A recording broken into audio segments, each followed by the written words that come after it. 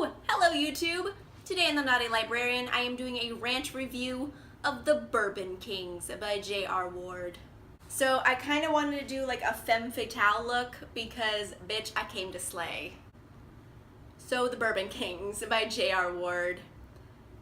It's one of the worst fucking books I have ever read in my life. I hate it. I hate it with a fiery passion. I hate it with so much passion that, like, I wish I believed in burning books. I don't believe in burning books, but I hate this so much I want to burn it, but I won't because I don't believe in it. So it kind of makes me wish I had less morals. I didn't even finish it. I didn't even finish this. It's a DNF. I got to 65% and I could not in good faith go on with this. It's that vile. Like, it made me feel bad, like, in my soul to keep reading it. It's vile. That's the only word to describe it, is vile. So J.R. Ward is one of those authors that, like, I feel I'm supposed to like. Black Dagger Brotherhood, her main series or whatever, is supposed to be really good, and it keeps getting recommended to me. And I had read the first book, and I did not like it. So I thought, okay, maybe it's just that series I don't like. Let's try a different book, because she keeps getting recommended to me. So I found the Bourbon Kings at a library book sale, so I got it for like $1. I'm like, alright, I'll try out a different series from her. And I wish I didn't, because J.R. Ward is just not the author for me. Like, Black Dagger Brotherhood is just like a content thing where I'm like, I don't really care about the story. This book, like, I want to send her back to her room and tell her to think about what she did, because she should be ashamed of herself for writing this. Okay, sorry guys, spoiler alert, this whole video is gonna be spoilers, because fuck this book. First off, none of the characters in this are remotely likable. Not a single one. 0%! They're all just so poisonous. They're just poisonous little vipers. And I hated all of them. None of them have a single redeeming quality. Like, I can't think of it. I can't think of any redeeming qualities for the main characters. Like, zero. Not even like, oh, like he has a nice hat. Like, I couldn't even say that. Every single person in this family is just full of hatred and poison, and I hated all of them. Like, for example, Tulane, our male romantic lead of this story, has this, like, bitch of a wife who is a racist, and she says something racist to him, so he threatens to beat her. Like, I understand I'm not supposed to like racism, and I don't like racism. However, am I supposed to be okay with spousal abuse? I don't see how one is better than the other. Like, why would that be warranted? I don't understand. It's just like, oh, you had a moment to make him like an interesting character that I might like a little bit by like defending someone from racism, and you didn't make him like threatening to beat his wife. Like, girl, like, you couldn't throw me a bone here and just have him be like, hey, bitch, you're wrong, and then leave. No, he has a threat to beat her up. What? The heroine of this story, Lizzie, is supposed to be like a good person. Lizzie worked for his family when she met Tulane, and they fell in love, and then he broke her heart like in a horrible way. And instead of like quitting her job and like going literally anywhere else to work, she just keeps working for his fucking family. And mind you, he's left for a few years. He's like off in New York, like just being a degenerate. But like, what kind of self-preservation skills is that? Like, she was so depressed she couldn't get out of bed, yet she kept working for his fucking family.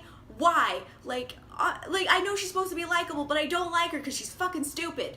And then they have this older brother who was like kidnapped and like disfigured from the kidnapping, and he's in love with his childhood sweetheart, and since he doesn't want to face her again, like, he keeps hiring prostitutes to dress up like her and service him. The girl that he's in love with, like, comes to him, and he's so, like, an alcoholic drunkard that, like, he has sex with her and, like, thinks she's a prostitute. So, like, way to fuck up your life, pal. Like, you finally get the girl and you said, hey, the money's on the door, like, in the door on your way out, bye. He's nice to prostitutes, so there's that. He's, like, he's very unlikable, but he's the most likable, unlikable person in the book. And they have this little sister, her name's Virginia, and she's just the worst. She's such a snob, and oh gosh, like everything. Regardless of all of the poisonous, hateful, terrible characters and their terrible choices, I was still to read this book because, okay, I don't like the characters. Let's just buy into it. It's gonna be a cheesy 80s soap opera, like, and it is. Like, the only thing it's missing is like those, like, over dramatic face slaps. Like, if they threw some of those in, it would have been Dynasty for real. Just so melodramatic and filled with histrionics that no one could take this seriously. It's just so, it's too much. It's too much. Tulane's wife is like fucking his dad and she's pregnant with like his brother. like the mother is being drugged by the father and she's like out of her mind on codeine all the time, but she's the one with all the money, and then like the money's running out because the dad's been stealing it, I guess. I don't know, I didn't finish this book, I gave up. It's just non-stop poison. It made my soul feel like slimy just reading about these slimy people, like they were contaminating me, like I couldn't read. It made me want to vomit all the time. Here's the kicker. With all of the histrionics and all of the poisonous characters, I was still willing to finish it because I hate not finishing books. And then you get to like 65% in the book. And the story progresses, or shall I say devolves, into graphic rape. You heard me right, people. Graphic rape. So, the little sister, Virginia, you basically see her entire rape in this. And the way it was handled, it makes my skin crawl, like, right now. Like, I feel, like, repulsed. The way it was handled, it felt sensationalized to be a dramatic event of the story, not to be something very horrific that we want to see her, like, survive and overcome. It's just used as a plot tool, and I'm sorry, fuck you, J.R. Ward. Like, I was so upset. Like, I wanted to write her an angry letter. That is not okay. It is 0% okay, and that's what made me put the book down. I can't, like, let that be okay with me, and it shouldn't be okay with anybody. It hurts, it's hurtful. Like, I'm ashamed that this is a book, that someone said this was okay, because it shouldn't be. This is what bothered me the most. So Virginia is very much a snob and a money monger. She needs to have money. She needs that. That's her main driving force in life. And the guy who raped her basically bought her from her father. Her father sold her into this marriage for money. And so she's just like, well, I guess I'm gonna marry him anyway because at least he has money. What in the actual fuck? We just read a whole chapter of her graphic rape, and she's just like, I'm gonna still marry him because he has money. Like, I don't have words by how fucking repulsive that is. It's vile and it's disgusting and it should not have happened. Like, I can't. It's so wrong. I can't. The Bourbon Kings made me feel slimy in my soul to read.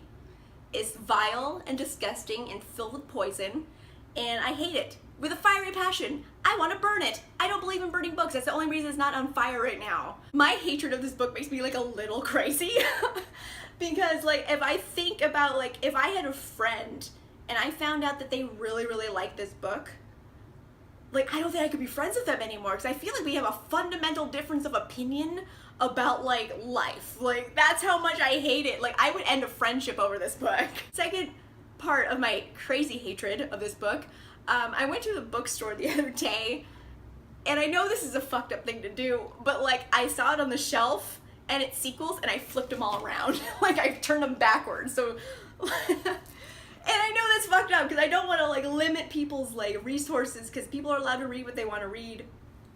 The thing is, like in my soul, I feel like I'm doing a public service because it's so bad. Like I just want to be, guys, I already took this bullet. Like you don't have to read this. You don't have to. Like just turn away, run away. So I did that the other day. Oh my gosh. Like I don't like I don't even want to hold it anymore. It's that vile. Seriously, fuck that book.